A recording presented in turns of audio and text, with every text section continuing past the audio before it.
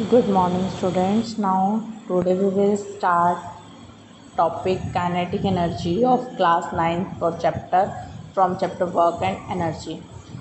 Last video में हमने energy के बारे में डिस्कस किया कि एनर्जी होती क्या है और उसकी डिफरेंट फॉर्म्स ऑफ एनर्जी क्या है। मैंने आपको बताया हम इस टॉपिक में डिस्कस करेंगे पूरी काइनेटिक एनर्जी कि काइनेटिक एनर्जी क्या होती है।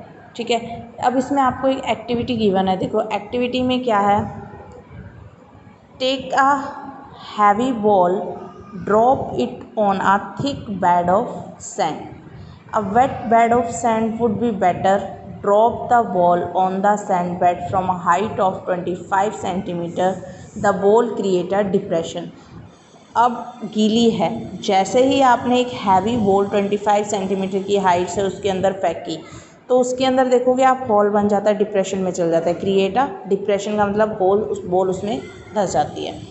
अब इस एक्टिविटी को आप रिपीट 50 सेंटीमीटर की हाइट से करोगे तो दोनों डिप्रेशन जो है अलग अलग दिखेंगे। जो कम हाइट से होगा वो ज़्यादा दिखेगा और जो ज़्यादा हाइट से होगा वो कम दिखेगा, क्योंकि इसकी स्पीड क्या हो जाएगी, कम हो जाएगी। और मार्क करोगे और कंपेयर करो उस डेप्थ को कि दोनों में से डेप्थ किसकी ज़्यादा होगी। ठीक है, डीपर। फिर सिमिलरली उसने एक अदर एग्जांपल दे रखा है आपको, place a wooden block of non mass in front of the trolley at a convenient fix distance, place a non mass on the pan and a trolley start moving. Simple सी बात है, अगर देखो मास है, जैसे उसने ये एक्टिविटी दिखा रखी है आपको। ठीक है, ये कोई भी आपने गाड़ी से कुछ भी लगा ली, इसको हेल्ड टाई अप कर रखा है एक मास से। ठीक है, अब आप यहाँ से फोर्स लगा रहे हो, यहाँ मास है, अगर ये वेट जो है ट्रॉली मूव करेगी forward and hit the wooden block. आप जैसे ही हिट करोगे वुडन ब्लॉक को तो ये कहाँ मूव करेगी, फॉरवर्ड। और fix stop on the table in such a manner, अगर stop after hitting the block आप स्टॉप कर दोगे वो स्टॉप हो जाएगी तो ब्लॉक गेट डिस्प्लेस हो जाएगा। Note down the displacement of the block, आपको उस ब्लॉक का डिस्प्लेसमेंट नोट डाउन करना है। इसका मतलब क्या है कि जो आपका वर्क डन है ऑन द ब्लॉक वो बाय द ट्रॉली हो रहा है। एज ब्लॉक क्या कर रहा है, एनर्जी गेन कर रहा है, क्योंकि आपने उस पर फोर्स लगाई है। और इस एक्टिविटी को अगर आप रिपीट करोगे तो आप ये देख सकते हो कि किस में वर्क डन आपका क्या हो रहा है, ज़्यादा हो रहा है। ठीक है, उसके बाद नेक्स्ट है a moving object can do work an object. Simple सी अगर एक काइनेटिक एनर्जी में बात करती हूँ तो अगर मैं एक नॉर्मल सी बात करती हूँ कि काइनेटिक एनर्जी कहाँ जनरेट होती है, आपको कैसे पता चलेगा कि किस ऑब्जेक्ट में काइनेटिक एनर्जी है या अदर फॉर्म है। अगर कोई भी बॉडी मोशन में है या मूविंग बॉडी है, अगर कोई भी बॉडी मूव कर रही है, मोशन में है, तो वहाँ उस टाइम कौन सी एनर्जी जनरेट होती है, आपकी काइनेटिक एनर्जी। अगर मैं सिंपल लैंग्वेज की बात करूँ तो काइनेटिक एनर्जी वहाँ होगी, कोई भी अगर मूविंग ऑब्जेक्ट है, the energy of a body due to its motion, कि मोशन के द्वारा जो एनर्जी जनरेट होती है उस एनर्जी को हम क्या कहते हैं, काइनेटिक। अब ये कोई ज़रूरी नहीं है कि काइनेटिक एनर्जी सबकी फिक्स्ड होगी, वो डिपेंड करता है उसके मोशन पे, राइट। फॉर एग्जांपल मैं अगर आपको पिक्चर के थ्रू इसके एग्जांपल दिखाऊं, ये देखो पिक्चर में, अब आपने क्रिकेट सबने देखा है, अब जैसे ही देखो एक मूविंग क्रिकेट बॉल एक विकेट पे आके हिट कर रही है, राइट। तो ये क्या, अब विकेट तो क्या है, स्टेशनरी, विकेट में कोई काइनेटिक एनर्जी नहीं है। काइनेटिक एनर्जी किस में होगी, मूविंग क्रिकेट बॉल में, जो मूव करती हुई बॉल आ रही है, हिट कर रही है, तो ये बॉल क्या रिप्रेजेंट कर रही है, आपकी काइनेटिक एनर्जी।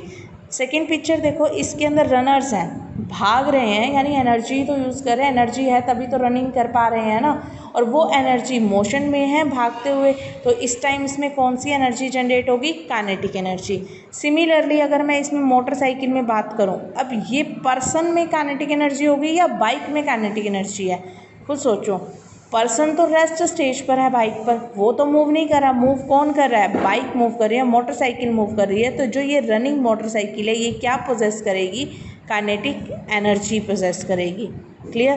तो इस तरह से हम कोई भी एग्जांपल की कोई भी मूविंग बॉडी है या आप एक गन के थ्रू फायरिंग करते हो तो उसके ड्यू टू ले सकते हो, तो वो सारे कौन सी एनर्जी जनरेट करते हैं, आपके काइनेटिक एनर्जी जनरेट करते हैं। अब सिमिलरली इसने कहा a moving hammer drives a nail into the wood because of its kinetic energy, क्योंकि जो आप हैमर है वो तो मोशन में है ना, वो मोशन में आएगा तभी तो नेल जाएगा, तो उसमें कौन सी होगी। सिमिलरली अगर एक मूविंग बुलेट है आपकी, can penetrate even a steel plate due to its kinetic. अब एक गन से फायर करते हो, उसमें से बुलेट मूव करती हुई तो जाएगी ना, कहीं भी स्ट्राइक कर रही है तो उस बुलेट में क्या होगी, काइनेटिक एनर्जी होगी, राइट। तो कोई भी ऑब्जेक्ट अगर मोशन में है, रनर्स के अंदर है, रनर मोटरसाइकिल है, रनिंग कार है, फॉलिंग स्टोन है, एनीथिंग, कोई भी ऑब्जेक्ट अगर मोशन में है तो उस मोशन के ड्यू टू उसमें क्या जनरेट होती है, काइनेटिक एनर्जी। सिंपल लैंग्वेज में डेफिनेशन क्या है, kinetic energy of a moving body is measured by the amount of work can do before coming to rest पे। या सिंपल लैंग्वेज में कह सकते हो, एनर्जी द वर्क, जो भी आपकी एनर्जी है, अगर उसे हम सिंपल लैंग्वेज में काइनेटिक एनर्जी की बात करें तो capacity of to do work is called the kinetic energy of a moving. Kinetic energy possess by due to its motion, की मोशन के ड्यू टू जो एनर्जी पोजेस होती है, energy possess due to its motion is called the kinetic energy. अब हम इसकी करेंगे देखो डेरिवेशन।